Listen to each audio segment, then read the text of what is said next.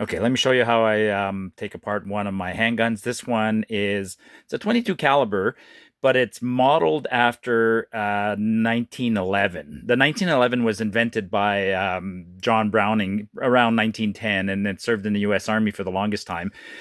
Browning designed this thing so perfectly that it was almost, all handguns were modeled after these concepts up until about the 1980s when Glock finally came around and and made significant changes to handgun designs. But for 80 years, the handguns were almost unchanged. They were based on this concept. So in this model here, I can't completely field strip it without tools. There's one, this is a modern gun. So the designers of this one, this is GSG, added this one little screw there. I kind of wish they hadn't, but they have. I mean, you'd be hard pressed to field strip this if you didn't have an Allen key with you in the field. But otherwise, disassembling one of these is pretty. I start with that screw. Then the first thing I do is there's right here this nut locks the barrel in place, but it can be rotated left or right. I'm going to rotate it this way first, which allows this recoil spring cap to come out, and then you can remove the recoil spring. And then you got to be careful. There's a little pin that's a little bushing that sometimes comes out. Don't lose that. Although if you do, it's not the most critical thing in the world, but I'll explain why. So then it doesn't get disassembled further after that. So then you flip it over and you can see here there's the pin. This pin is the other side of the slide catch, right?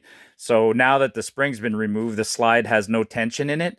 So now you move the slide right to this little notch right there, and then you push on the pin, and the pin comes out.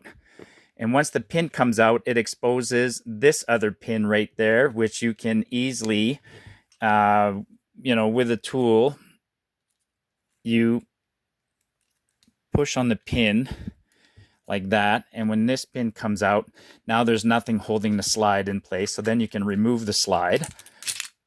And when the slide comes out, now on a lot of handguns, the bolt comes out this way. I'll show you that on another video. But on this one, all I can remove at this point is the recoil spring guide, which here there's a little rubber bushing which absorbs some of the energy, and then this little metal bushing goes on there so that the spring doesn't completely wear into this rubber.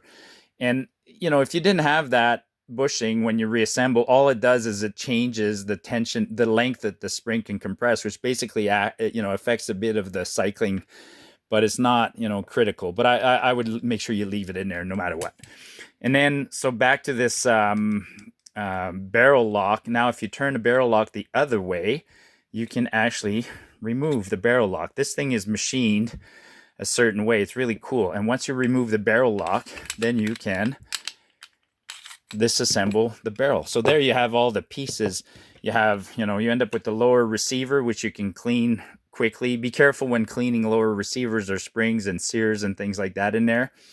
And then you end up with the slide. You want to clean the inside of your slide, and the bolt, and the bolt assembly is in there. I don't need to remove the bolt in this one. And then this is the barrel, which needs, you can clean the barrel, the feed ramp, the casing ejector, and those are the pieces. So the reassembling is in the reverse order. So to reassemble, you just slide the barrel in, making sure it connects there. Then you can put your barrel lock, and then you could put the bushing back. You can put the pin in at this point if you, or the recoil spring guide at this point, and then you can put the recoil spring. Then you can put the cap on the recoil. Got to make sure it's in the right orientation. So now the slide and the barrel are all assembled. So now I can slide it back onto the handgun. But now because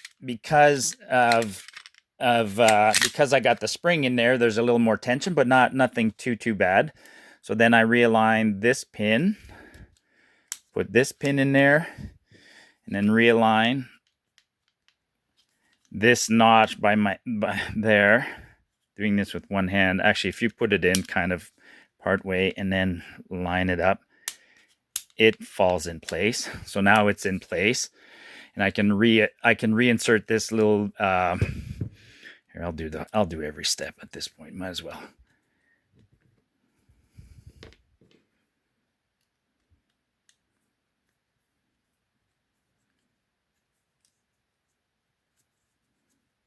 If you're going to use this in competition, assemble, disassemble all the time, you probably want to put a teeny wee little bit of blue Loctite on that nut or that screw. Technically, it's a screw. Don't need to over tighten it. And there it is. It's reassembled. Now I can't release the trigger, the hammer on this one unless I had a magazine in there. But if I have a magazine and I lightly depress on here while holding the trigger, I can release it. Easy peasy.